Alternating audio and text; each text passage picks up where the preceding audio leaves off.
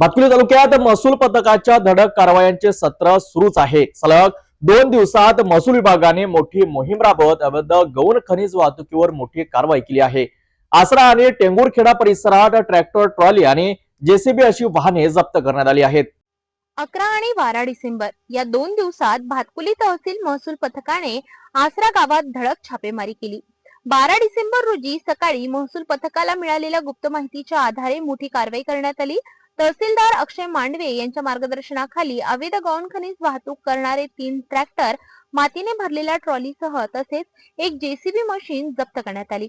याच दरम्यान भातकुली तालुक्यातील डेगुरखेडा परिसरातही अवैधरित्या काळी माती वाहतूक होत असल्याची माहिती मिळताच सकाळी 7:30च्या सुमारास महसूल पथकाने आणखी एक धडक कारवाई केली। या 2 कारवायांमध्ये नायब तहसीलदार चंद्रकांत मेश्राम, मंडळ अधिकारी संतोष धुर्वे तसेच तलाठी वैभव बिहाडे, संजय बोरकर आणि संदीप निरगुळे यांनी महत्वाची भूमिका बजावली।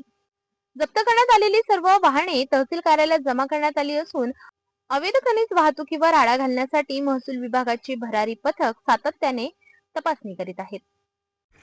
आज दिनांक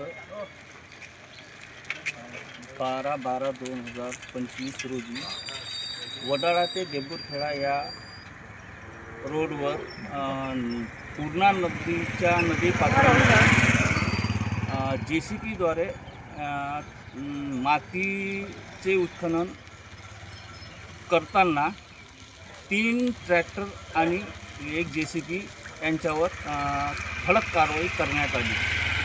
आमच्यासोबत आमचे सहकारी मित्र, मंडळ अधिकारी धुर्वे साहेब, भड तलाठी, निरगुळे तलाठी यांच्या सहकार्याने ही कारवाई यशस्वीरित्या पूर्ण झाली। भातकुली अंतर्गत ही कारवाई ठळक कारवाई पूर्ण करण्यात आली आहे।